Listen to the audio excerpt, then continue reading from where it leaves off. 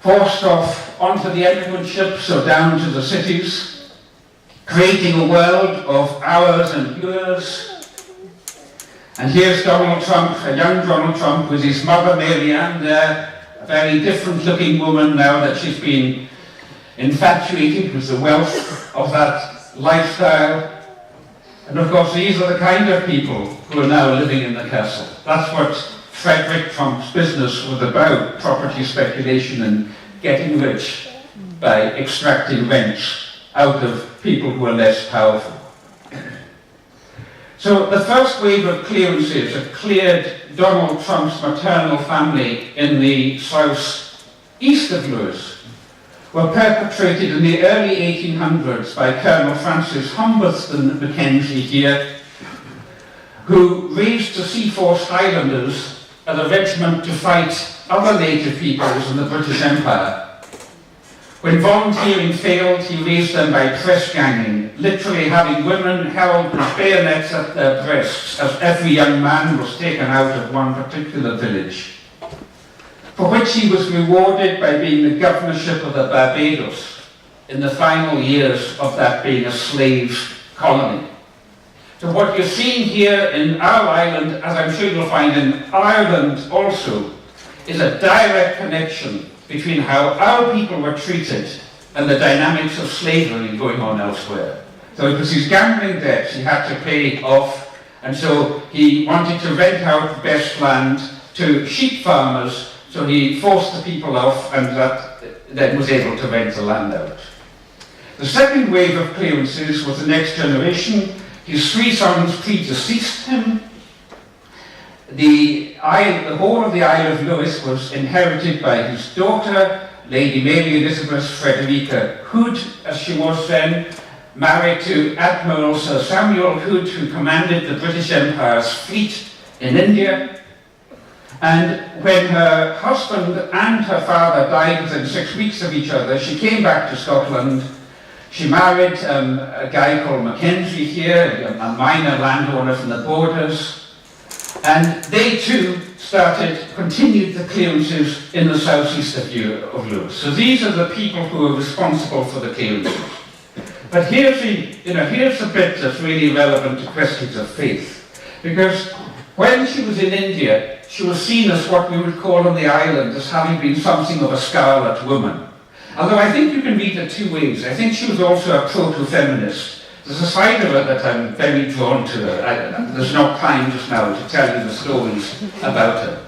But in terms of the norms of what was expected of a wife of the British Raj in that age, she certainly had close relationships with visiting literati and with Indian Maharajas that were considered to be inappropriate at the time. T.B. Macaulay, in a letter to his sister, referred to her twice as being an evil woman on account of this kind of background in her.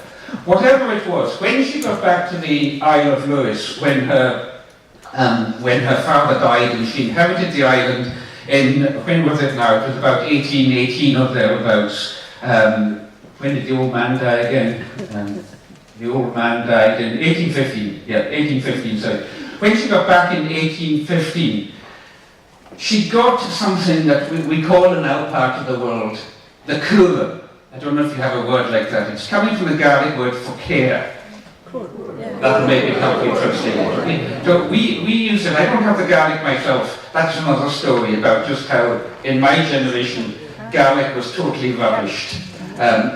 You were told you had to speak English, and of course, my mother was English, my father was Scottish, so the Gaelic never got into me in that way, but I work a lot with it in my writing now in terms of concepts like the cura.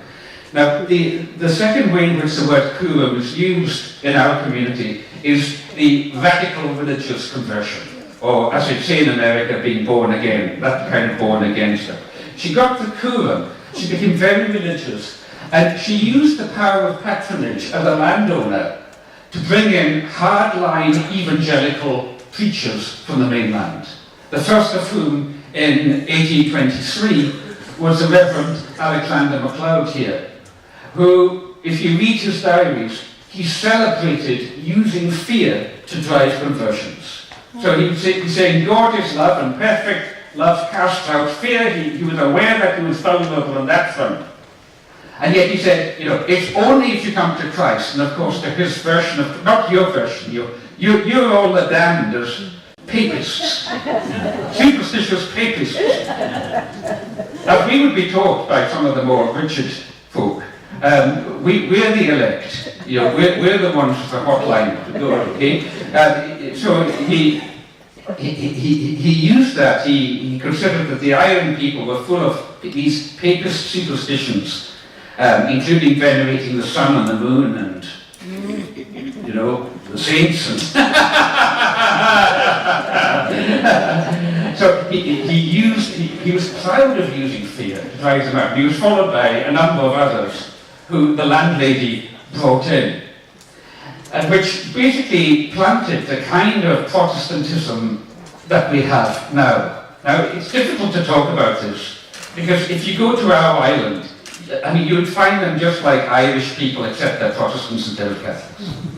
You'd find a very close connection, as indeed our people, when they come here, find a very close connection with your people. So much so that when I was up in Derry, they were telling me that they had some students from Sourmorosty, the Gaelic College in the Isle of Skye, come down to Derry to exchange about the different Gaelic, because the Gaelic up there is, especially the Donegal Gaelic, is quite similar to ours. And it happened with a big bit like today, there was a big match on. It was Rangers, the Protestant football club, were playing. So two of the guys got done up in all their Rangers regalia, and he said to the rest of the class, we're just off down to the pub to watch the match. In Derry. In the Falls Road area. And the Irish will said, well guys, it's kind of like, it might not be very cool. I'll tell you what we'll do.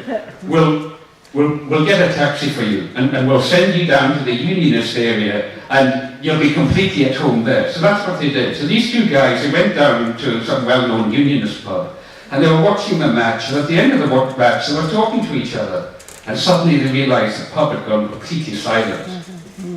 Everybody was staring at them, and staring daggers at them. And one of them said, "You're talking Irish." "We're just talking Gaelic." "What do you mean you're talking Gaelic? You're talking Irish." Well, in a little while after they'd explained themselves, the whole pub was gathered around them, hearing the stories, but they couldn't believe that Protestants would have Gaelic as their native language. These are the kind of traditions we've got. And the kind of theology coming in is one that teaches the total depravity of human nature. This is the Calvinistic theology. There is no good in any of us. We're totally depraved. But some of us are the elect. Some of us are granted election. That's choice. God has chosen us to elect us to choose. And that's unconditional. It's not based upon any good works you do or any prayers. It's based on the fact that, as the Westminster Confession of Faith has it, before the foundations of the earth were laid, God predestined that a small group of us would be the chosen people. We are the elect. And the greater mass are the damned. So the point that I'm making is that when you've got this mindset implanted into you, I have a feeling that the war with Mexico is actually a war that runs through Donald Trump's mind. And that the mindset, and in my book Portia's Pilgrimage, which was written as Donald was coming to power, so there's only a wee bit about him in it. It's mainly other American neoconservatives who I'm tackling in that book as I do this pilgrimage to the island. In that mindset, in a mindset where you have a binary worldview of the damned on the one hand, sorry folks, the elect on the one hand, and the damned on the other, and you've got that binary worldview, that creates the psychological patterns that allow you to divide the world into, you're with us or you're a terrorist, you're a good state or you're a bad state, that kind of black and white mentality that is the hallmark of the authoritarian personality. Because we're talking here about authoritarian religion. And you might say, well, how can somebody like me, a Quaker by convincement because of my involvement with the peace movement, but still feeling very connected to my Presbyterian community. When I'm home in Lewis, I go to services in the Free Church, or the Church of Scotland. I have a close connection to the Church of Scotland in Govan, in Glasgow, where I live. How can I still hold on to it knowing that? And the answer is, same as you have in Ireland. You know what the clergy have done. You know the problems of the institutional church. But in your heart, you know there's something deeper there. And it's the same with us. This kind of tulip, 5-point Calvinistic theology is something I can't agree with, not least limited atonement, the doctrine that Christ only died to save the elect. Christ did not die to save the damned, because the damned were already damned by God before the foundations of the earth were laid. I just can't buy into that. But at the heart level, I feel a huge connection with these people. That's when we can reconcile our differences. You've had a similar thing in the Catholic Church, especially before Vatican II, where if you weren't in the Catholic Church, you weren't saved. There is no salvation outside of the church. You'll have heard, some of the older folk here, you'll have heard that often. There is no salvation outside of the Catholic Church.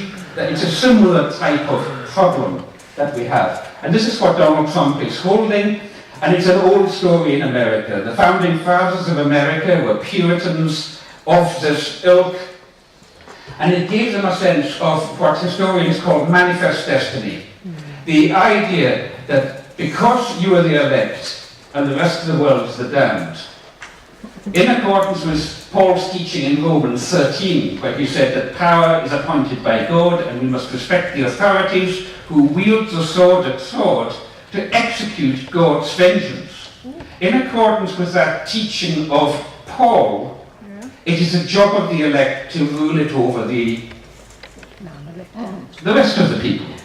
You found that very clearly worked out in Dutch Reformed Church theology in the apartheid years in South Africa, something for which the Dutch Reformed Church in South Africa has since apologised.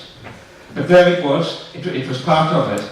And we in Scotland, with Westminster Confession Calvinism, have exactly the same theology, because it came to us through the Synod of Dort in 1618 to 1619, when the Dutch government, with the Reformed Church, organised a conference of European Protestants to determine what it is that they should believe. And some theologians have drew these 5 points of Calvinism back to that. So you have America carrying this idea that it had a manifest destiny. Basically, the story, as Clifford Longley, the English Catholic writer in his book Chosen People, puts it, the storyline is that the Jews were originally God's chosen people. And the Jews blew it when they killed Jesus, is how the story goes. I mean, it was religious authorities together with Roman imperial power that killed Jesus, but that's a nuance that they missed. The Jews blew it. So then the Church of Rome became the chosen people. But, you wicked papists, you blew it also. When you failed to respect us Protestants. And you had all those persecutions in the early days of Protestantism. So that was you lot finished. So we then became the inheritors of the mantle of chosen people, especially in England. But then the English blew it when they started to put the heat on the Puritans. And so the Puritans carried the mantle of the chosen people on the Mayflower to America. And that's where it took root. And that's what makes America a light, shining to give an example to the other nations and gives America the right to rule the world. That's the spiritual psychohistory in a nutshell that's going on there. So here we are, Mary Trump. She went down from the Isle of Lewis to Glasgow and she sailed the 3,000 miles to America in 1930. And my question is, what are we all carrying? And it's my involvement with Ireland since the early 1990s. Would you believe when I first came to Ireland and I spoke to people here in the south of Ireland, I was really puzzled that you didn't consider yourselves to be British. That's how bad it was. That's what happens when you don't get taught your history because you're still living in an imperial mindset. And it took me a long time to accept you weren't British.